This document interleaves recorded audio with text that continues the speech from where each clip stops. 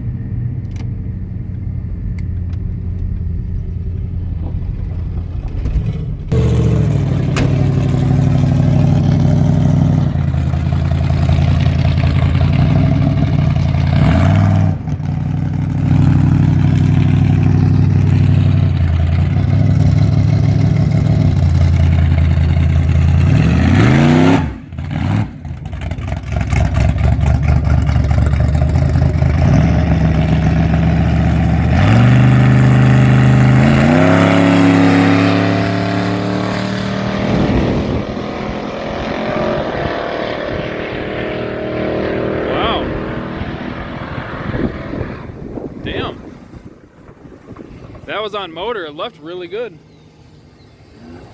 No real burnout or anything. It just fucking left.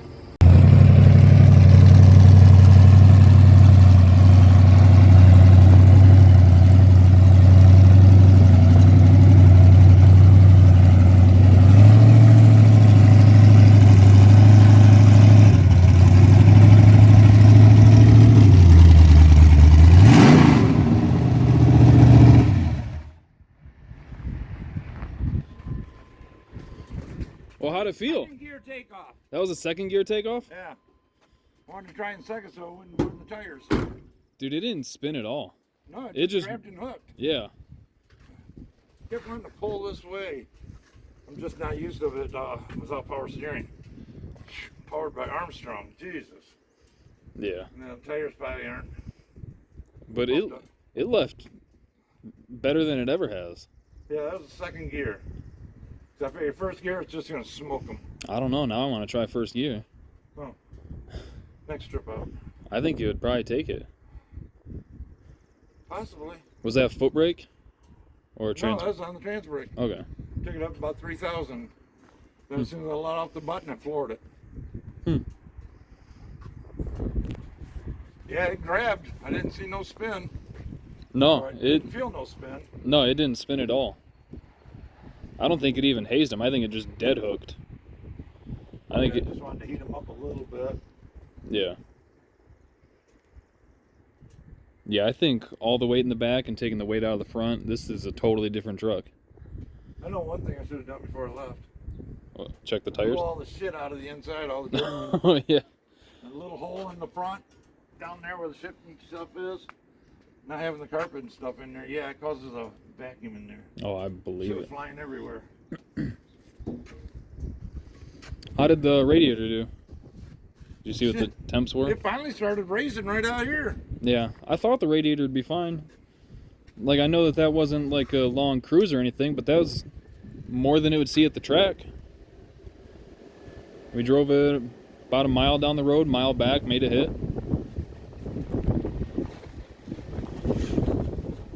God, it's windy out.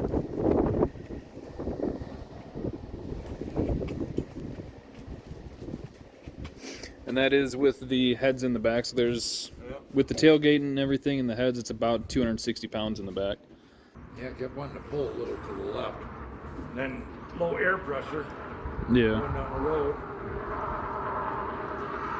Yeah, I'll have to look back at the video, but it seemed like it left really good. I'm really curious how it would do in first gear on the brake.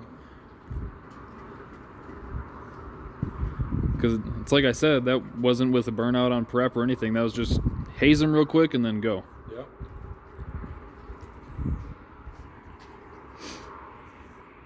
Yeah, I think this Normally, they would have just lit the tires right up. Oh yeah, every other time it was just instant smoke show, even in a second. What I do is smoking them. Now I'm grabbing like hell. And the bitches, I've done so much to it. What's the difference? The light, the weight, the bars. I think it's the weight. I think even with the everything else the same, just taking weight off the nose and putting it back here, I think that's what did it. Yeah, I have to see the video how much front end come off. Oh man, this thing's got so much travel in the front. Like I measured it one day and it was 7 inches, which is crazy. The RX-7 only has 5. And it rubbed a little bit on the side. Yeah. Which I ain't worried about. It's just fiberglass body. Yeah, I almost want to say. Never even done this side. Yeah, I almost want to say just pull out in the front here and see if it'll leave in first, real quick. Yeah. I don't know if it'd be better to go up the hill or down the hill.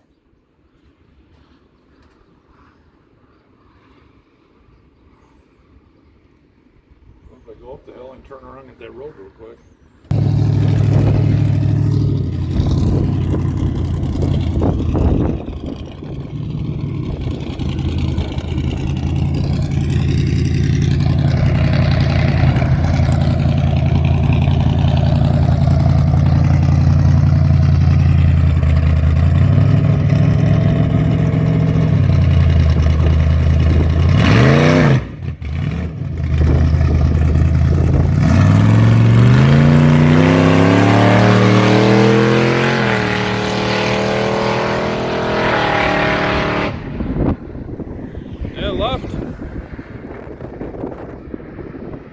The truck has like no timing in it right now because we got the timing backed out for the nitrous.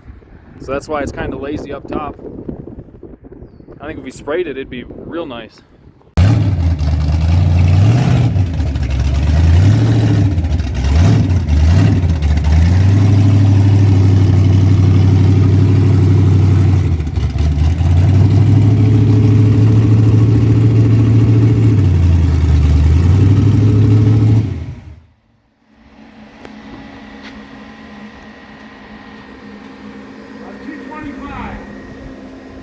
That's not too bad for some driving in 2 passes back to back.